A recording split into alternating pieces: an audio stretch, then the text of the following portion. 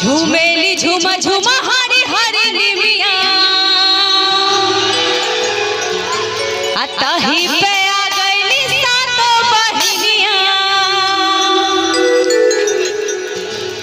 बहेला पुड़वा झूमेला पतैया बहेला पुड़वा झूमेला पतैया झूलेली झूलवा लगाई मोरी मैया प्रेम से बोली साचे दरबार की शेरवाली मैया की और आइए कहना है झूमेली झूमा झूमा हरी हरी निमिया काहे पे आ गईली सातो बहिनिया झूमेली झूमा झूमा हरी हरी निमिया काहे पे आ गईली सातो बहिनिया बहेला पुड़वा झूमेला पतैया बहेला पुड़वा झूमेला पतैया झूलेली झूलवा लगाई मोरी मैया झूलेली झूलवा लगाई मोरी मैया जय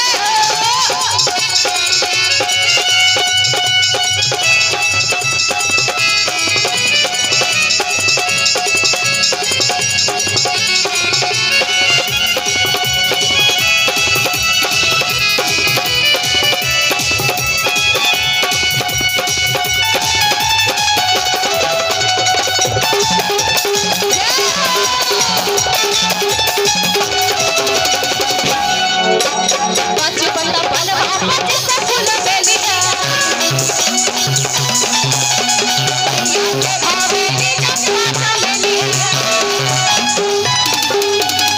बचपन का पलवा पतित फूल बेलिया मैया के भावेली चंपा चमेलिया बहेला पुड़वा झूमेला पतैया बहेला पुड़वा झूमेला पतैया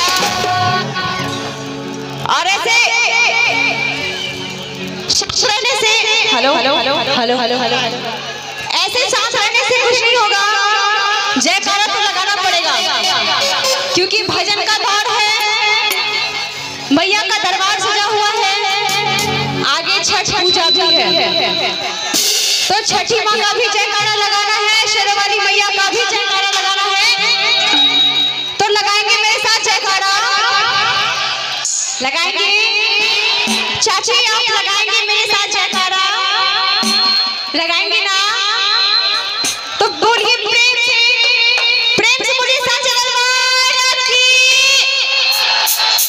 शेरवाली मैया की और आइए बचपन का पलवा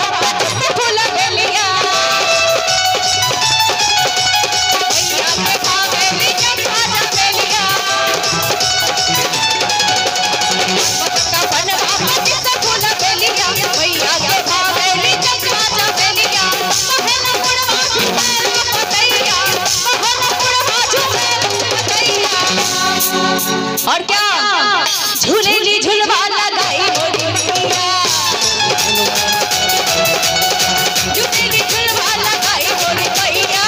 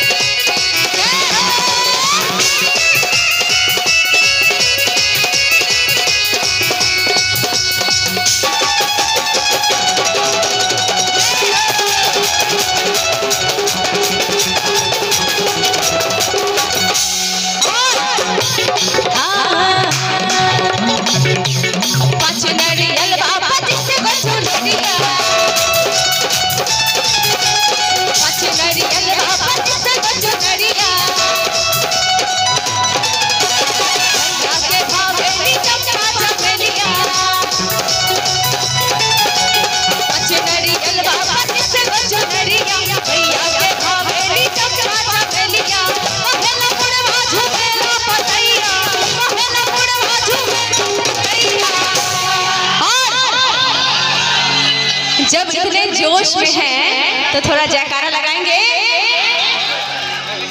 इन फोन वालों के लिए सर कहना है, तकदीर नहीं बनती तकदीर क्या करोगे। जितने भी फोन वाले हैं उनके लिए कहना है, जो भी मोबाइल निकाल के वीडियो बना रहे हैं, फोटो ले रहे हैं, उनके लिए कहना है, तकदीर नहीं बनती तकदीर क्या करोगे। तकदीर नहीं बनती तकदीर क्या करोगे। अरे मुझे ही वहां ले चलो, मेरी तस्वीर क्या करोगे। और आइए से थोड़ा हटके भजन में, पचनरिया पचनरिया मैया के भावे चंपा चमेलिया, पचनरिया पचनरिया मैया के भावे चंपा चमेलिया,